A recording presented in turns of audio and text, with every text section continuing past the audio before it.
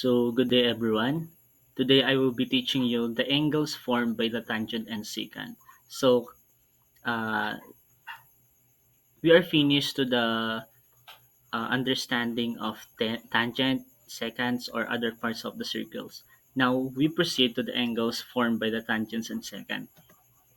So, the first theorem was if two secants intersect in the same interior of the circle, then the measure of their angle formed is equal to one half the sum of the measure of the intersected arcs. So, if you can see here in the figure, we have a two secant intersect in the interior of a circle, which is named as point S. So, sabi dito, yung angle formed daw is equal. So, sabi, equal to one half the sum of the measure of the intercepted arcs. So, if you can see here, for example, we are looking for the angle of ISN. So, here's the formula. ISN is equals to one half plus, sabi, the sum of the measure of the intercepted arcs. The sum of the arc IN, which is this arc, plus the arc DK. So, this arc. So, multiply natin siya sa one half. So, let's have an example. So, given arc IN is equals to 40 degrees and the arc DK is equals to 100 degrees. So, find the measure of the angle ISN. So, here. So, solution natin. The measure of angle ISN is equals to 1 half IN plus DK. CIN and DK. So, ang gagawin natin is substitute the value of IN and substitute the value of DK, which is 40 plus 100. So, 40 plus 100 degrees is equals to 140 degrees. So, one half of 140 degrees is 70 degrees. So, the measure of angle ISN is equal to 70 degrees. Next. Next theorem was the theorem number 2, if two seconds intersect in the exterior of a circle, then the measure of the angle formed is one half the positive difference of the measure of the intercepted arcs. So dito naman, kung kanina si 2 seconds in nag-intercept sa loob ni circle, dito naman sa labas naman ni circle. So ang sabi dito, the measure of angle formed is one half the positive difference of the measure of the intercepted ups. So, paano yun? So, sabi dito, etong arc na tong si arc GT, ima-minus natin, si arc GT minus the arc RN. Or si RN, ima-minus natin sa arc GT. For example, given si arc GT is measuring 130 degrees and RN measuring 20 degrees. So, paano yung ano natin? So, here's the formula. So, find the measure of GAT. So, GAT from here to sa A, sa intersection, and si T. So, the measure of angle GAT is equals to 1 half. Sabi, 1 half is form 1 half the positive. So, 1 half multiplied by arc GT, which is the arc GT sa major or sa yung mas malaking arc minus the mas maliit na arc, which is the arc RN. So, let's execute the formula. So, measure of angle GAT is equals to 1 half GT minus RN. Arc GT minus arc RN. So, measure of angle GAT is equals to 1 half, substitute the value of GT.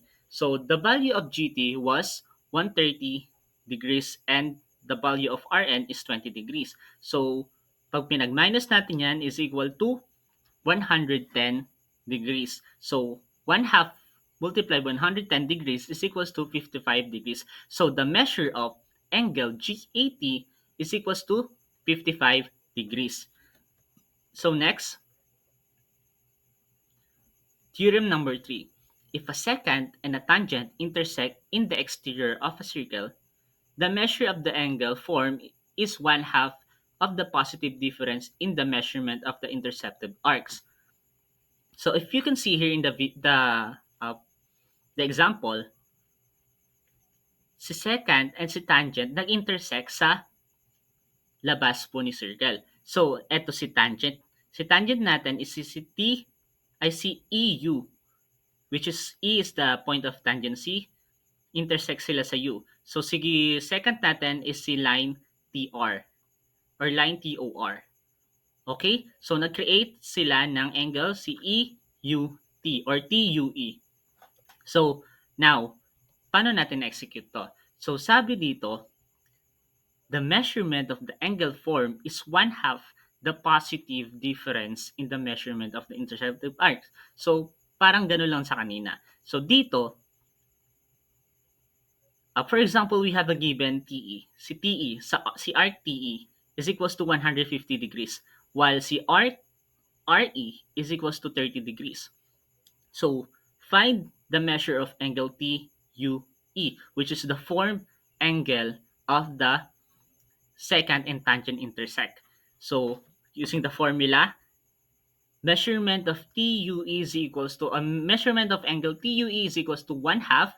Sabi, angle form is one half of the positive difference.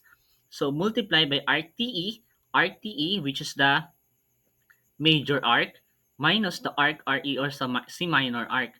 So let's execute this. So the measure of angle TUE is one equals to one half TE or RTE minus arc RE. So substitute the value of RTE and arc RE. So 150 degrees minus 30 degrees is equals to 120 degrees. So one half of 120 degrees is equals to 60 degrees. Therefore, the measure of angle TUE is equals to 60 degrees.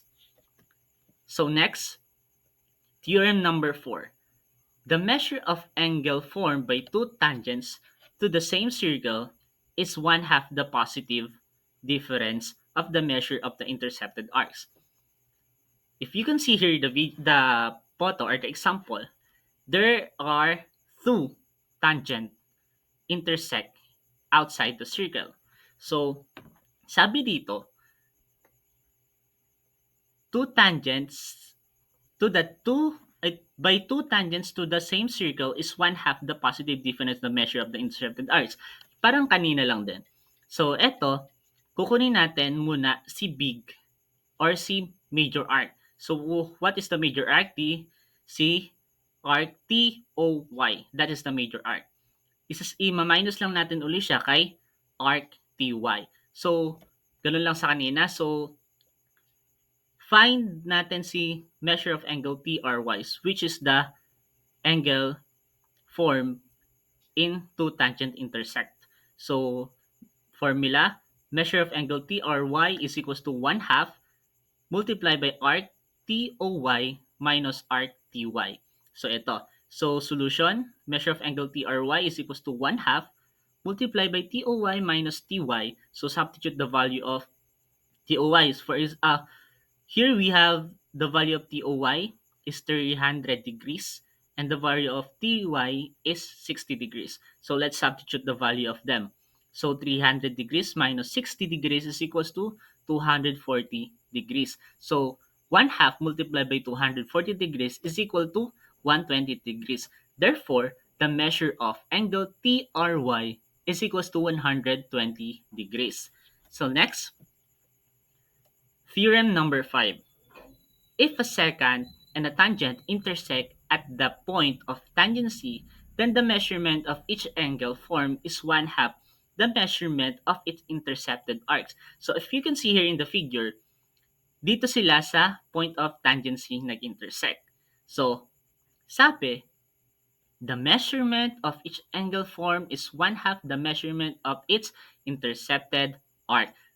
For example, we have the given here arc RUY. So, si arc RUY is equals to 300 degrees. So, find RYO. So, ipa-find natin si angle RYO. Yung formula, the measure of angle RYO is equals to 1 half arc RUY. So, bumultiply lang natin ulit si 1 half dito. So, to do that, here's the solution. The measure of angle RYO is equals to 1 half multiplied by the arc RUY. So, 1 half, substitute natin si RUY is equals to 300 degrees. So, 1 half of 300 degrees is 150 degrees. Therefore, the measure of angle RYO is equals to 150 degrees. If you notice, sa 4 theorem na inano natin, is theorem 2, 3, 4, 5, is same, halos same lang. Is same lang silang i-multiply natin sa 1 half. Then, i-minus natin si major arc, i-minus natin si minor arc kay major arc. While sa theorem number 1, si theorem number 1 naman is interior kasi yung intersection niya. So, since sa interior nag-intersect siya, addition yung gagamitin natin. While yung the other fourth theorem, outside or the point of tangency sila nag-intersect. Kaya, yung 3 theorem, magma-minus tayo. While dito sa hindi na. So, that's all. I hope that you learned something about the angles formed by the tangent and the secant. Goodbye.